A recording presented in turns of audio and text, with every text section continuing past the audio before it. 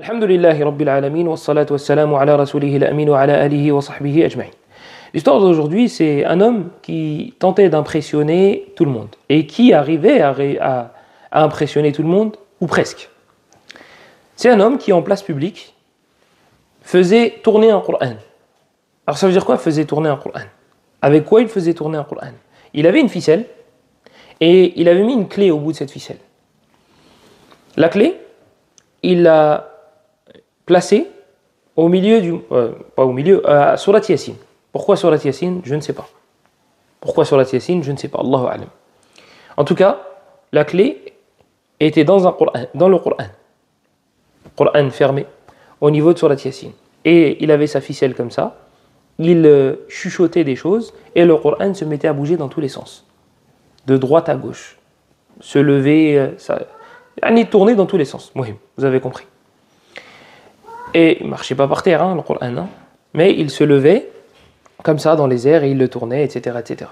Mohim, il fait son cinéma et il fait ça tous les jours. Tous les jours. Sauf que un jour, Allah a fait en sorte qu'un jeune, zahiruhu al-istiqama, qui en apparence était quelqu'un de sérieux, quelqu'un de droit dans la religion. Donc il se met à regarder, et quand il voit ce qui se passe, pour lui c'est clair. Pour lui c'est clair. C'est un sahir, c'est un sorcier. C'est quelqu'un qui travaille avec les démons. C'est un charlatan.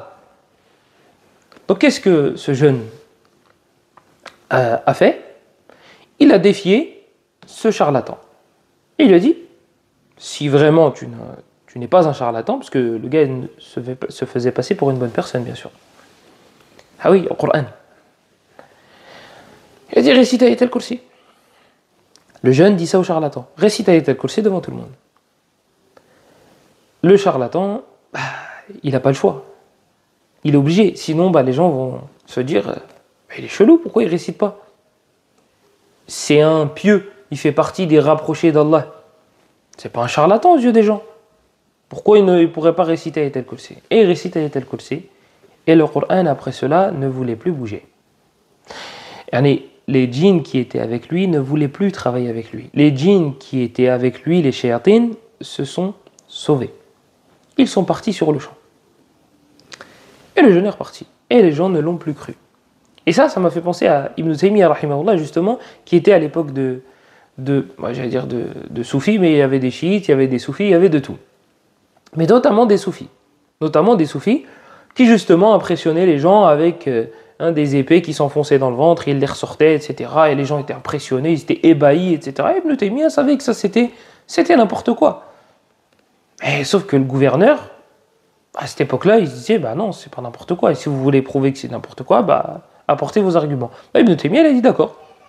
Il est d'accord, il a dit, on fait chacun fait ses ablutions, d'accord?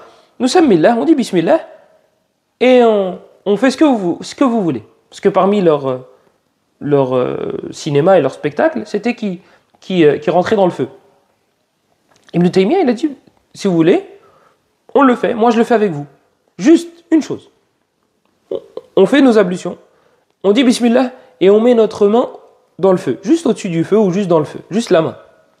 Et c'est des gens, ils rentraient entièrement dans le feu. Qu'est-ce que ça va les impressionner de mettre leurs mains? Pourtant, ils ont refusé.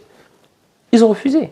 Parce qu'à partir du moment où ils vont faire leurs ablutions et ils vont dire bismillah, et ils vont aller avec Ibn Taymiyyah, qui lui va réciter ce qu'il va réciter, vous croyez vraiment que leurs démons vont rester? Non, c'est des peureux. C'est des peureux, ce sont des peureux. Les shayatines, ce sont des peureux. Et il n'y a qu'à voir quand vous en déclenchez un. Comment il réagit? Bon, parfois il y a le cinéma, il y a l'intro, il y a je vais te faire et je vais te faire et je vais te faire. Mais ça part très rapidement. Ça part très rapidement. Et après, on voit la réalité de la chose. Et qui a peur et qui n'a pas peur. Donc, là, on est face à un cas évident qui nous prouve que Ayat al-Kursi, que le Coran de manière générale, mais que Ayat al-Kursi en particulier, les shayatines ne la supportent pas. Les démons ne la supportent pas. Et ceux qui travaillent avec eux ne la supportent pas. Donc, il faut qu'on s'accroche au Coran, et plus particulièrement à Ayat al-Kursi, si on est touché par un mal. Ayat al-Kursi, le verset 255 de Surat al-Baqarah. Allahu la ilaha illa huwa al-hayyul qayyum. Ce verset-là. Et des histoires Avec ce verset-là, il y en a plein. Il y en a plein. Un homme qui se plaignait de blocage dans sa vie et qui avait des problèmes de santé, qui était assez âgé. Et il s'est dit un jour, vas-y, j'ai entendu les mérites d'Ayatul Kursi, je vais faire que ça. Et il a fait ça pendant plus d'1 heure. Premier jour, il a vomi ses tripes. Et il a vomi du sang en grande quantité. Sauf que lui, il n'a pas fait le lien sihr, djinn, etc. Lui, il lisait Ayatul Kursi, il a vomi, et là, je pense à autre chose. Ça n'a rien à voir. Il récite Ayatul Kursi le 2e jour, pareil. Avec un peu moins de symptômes. 3e jour, il trouve un travail. Quelques jours après, plus de maladie, plus de blocage, tout va bien. Voilà. Donc, le Coran, il faut se cramponner à celui-ci. Et il y a des endroits qui sont...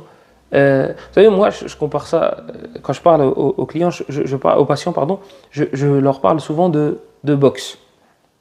C'est un ring. Pourquoi? Parce que j'ai en face de moi un adversaire qui me veut du mal.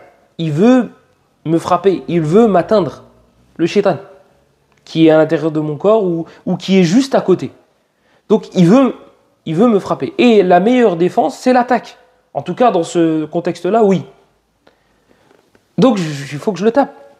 Il faut que je le tape avant qu'il me tape. Je vais le taper et je vais le fracasser, je vais l'assommer avec le Coran. Sauf que l'assommer, mon adversaire, ça va demander des stratégies. Je vais repérer les points faibles, là où ça fait plus mal. Le foie. Si je tape là, ça y est, c'est fini. Eh bien, Ayatul Kursi. Ayatul Kursi, rappelle-toi de cette image-là, c'est le foie. Je vais le taper ici. Ayatul Kursi a des effets extraordinaires, immenses. Et ce qui est facile, ce qui est bien plutôt, c'est que c'est facile. Ce qui est bien, c'est que c'est facile. Pourquoi c'est facile? Parce que la majorité des gens connaissent Ayatul Kursi. Plutôt que d'aller dans des versets, il faut que tu fasses celui-là, il faut que tu fasses celui-là, il faut que tu fasses celui dans Surat An-Nur. Si en face de moi, j'ai quelqu'un qui n'est pas arabophone, qui n'est pas motivé plus que ça parce qu'il est touché par la maladie, ça va être difficile de faire tous ces efforts-là pour arriver à réciter ça. Regarde, je te passe un truc avec des sourates que tu connais toi. Le Fatiha, Ayatul Kursi et le Falaq. Ces trois-là. Si tu veux et tu peux rajouter, alors je te dis l'Ikhlas et Nas. Si tu peux rajouter et tu veux rajouter, je te dis le Kafirun et Zalzala. Et Mohim, on peut continuer comme ça. Les 2 derniers versets de Al-Baqarah. Surat al-Mulk, Surat al-Jinn. Plus on avance et plus tu vas pouvoir débloquer. Si par contre j'ai en face de moi une personne qui n'est pas plus motivée que ça, qui est malade et qui est fatiguée, Ayatul Kursi. Voilà, Ayatul Kursi, 20 minutes, tu fais une pause, 20 minutes, tu fais une pause. 20 minutes, c'est un exemple. Mais ne me dis pas, j'ai récité 2 fois et il n'y a pas eu d'effet. Ou je ne comprends pas le djinn, ça ne faiblit pas. Non, pas 2 fois. Pas 2 fois. Sauf si tu as un cœur blanc, propre, pur, quand tu lis, tu médites et ça fait l'effet d'une bombe dans la tête du djinn, là, vas-y, 1 fois ou 2 si tu veux. Mais ce n'est pas le cas de la plupart d'entre nous.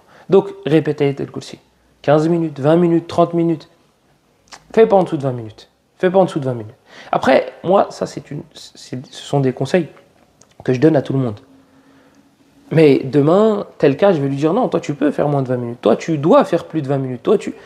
Parce que tu vas voir que c'est du cas par cas. C'est comme un médicament que tu vas donner à un patient, à un malade. Tu vas lui dire, écoute, toi tu as besoin de 2 par jour. Toi tu as besoin de 3. Toi tu as besoin de 5. C'est la même chose. Mais la moyenne générale, on va dire que ça ne descend pas en dessous de 20 minutes. Et j'aurais bien aimé savoir pourquoi Surat Yassine, pourquoi il a mis la clé à Surat Yassine. Parce que moi, Surat Yassine, jusqu'à maintenant, voilà, cette énigme pour moi n'a toujours pas été résolue. Comment ça se fait que les djinns ne la supportent pas? Ils ne supportent pas le Coran, ils ne supportent pas Zalzala, ils ne supportent pas le Qari'a, ils ne supportent pas le début de Saffat. Mais Surat Yassine, je ne sais pas, il y a quelque chose de particulier. Pour l'avoir récité sur plein de patients et pour l'avoir conseillé à plein de personnes qui écoutaient le Baqarah et à qui ça ne faisait pas grand chose, mais qui ont écouté Surat Yassine, ça leur a fait quelque chose, j'aimerais bien en savoir plus. Et les hadiths qui sont rapportés là-dessus, moi, personnellement, en tout cas, je n'en connais pas d'authentiques. Je n'en connais pas. Donc, j'aimerais bien le savoir. J'ai pas d'amis djinn. Moi, j'en veux pas. Mais voilà, j'ai pas eu l'occasion d'avoir une réponse de la part d'une source sûre.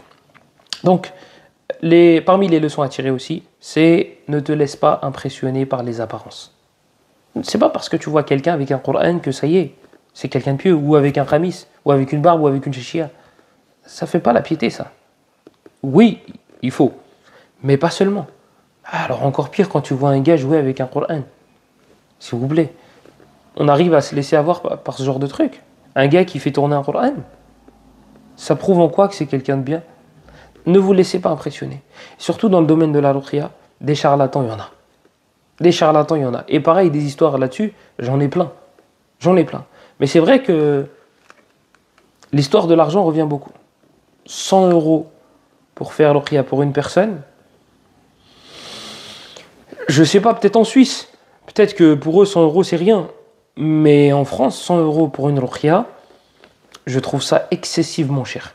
Surtout que la personne te dit, hein, toi, une séance, ça suffira pas. Ah ouais, c'est un abonnement. Tu peux me faire un prix. Du coup, si je prends 5 séances, tu peux me faire 450 €. Ajib, tu sais combien de fois tu vas devoir venir. Et tu sais qu'une fois, ce ne sera pas suffisant. Et tu sais que, et tu sais que, et tu sais que. T'en sais beaucoup, je trouve, pour un être humain. Pour un simple être humain.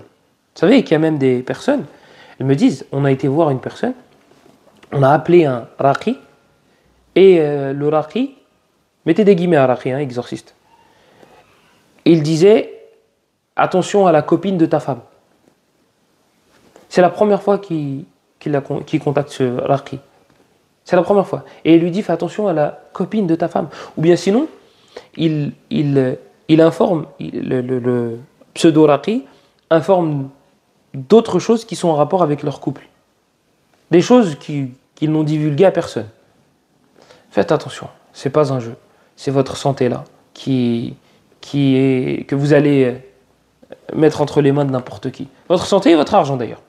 Votre santé et votre argent. Et attention, parce que il y avait un petit rigolo qui était malade, Mohim, et qui disait mais c'est contradictoire.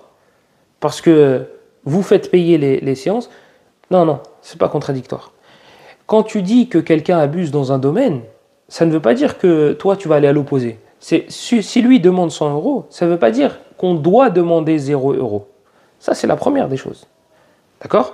La deuxième des choses, regardez ce que les savants disent par rapport à la ruqya et au fait de prendre l'argent pour la ruqya. Les savants, hein, pas des savants. Vous allez chercher ce que des savants ont dit et après vous allez dire les savants ont dit, c'est pas bon. Et il n'y a pas besoin d'être fort en langue française pour comprendre la différence. D'accord ? Et est-ce que la ruqya, c'est la même chose que les consultations ? Ça aussi, ce n'est pas pareil. Ala kulli hal, il y a beaucoup de personnes malades, donc on va remettre ça sur le dos du djinn de toute façon. Hein ? C'est ce que j'essaye de me dire lorsque des personnes dépassent les limites et qui me parlent dans ce domaine-là. C'est ce que j'essaye de me dire. Même si j'ai mon avis sur le fait que les djinns peuvent avoir autant de pouvoir que ça. Ala kulli hal. À travers cette histoire aussi, on voit la puissance du Coran. On voit la puissance du Coran. Autre chose, c'est que parfois il suffit d'un homme pour tout changer. Allah peut envoyer une seule personne pour tout changer. Et je pense avoir déjà parlé de cela, et il y a eu une courte vidéo qui a été faite, qui a été coupée d'un long dars, où je parlais du Cheikh Mourbil, rahimahullah ta'ala. Comment Allah a, entre guillemets, retourné le Yémen via cet homme-là, jusqu'à maintenant. Elle est sur YouTube. Et ça m'a fait penser à un récit de Abdullah ibn Mas'ud, Rouya anhu, qu'on rapporte de lui. Ça ne remonte pas jusqu'à lui de manière authentique. Wallahu a'lam, d'après ce que je sais. Auquel il disait Anta al-jama'a walau kunta wahdak. Tu es le groupe, même si tu es tout seul. Tu es le groupe, même si tu es tout seul. Quand tu es sur la vérité, Allah, il peut sauver un nombre incalculable de personnes. Même si tu es tout seul. Juste toi, patiente et fais ce qu'Allah subhanahu wa ta'ala t'a dit de faire. Donc la conclusion, c'est de ne pas être naïf, de ne pas se laisser avoir comme ça facilement. Et n'oublie pas une chose.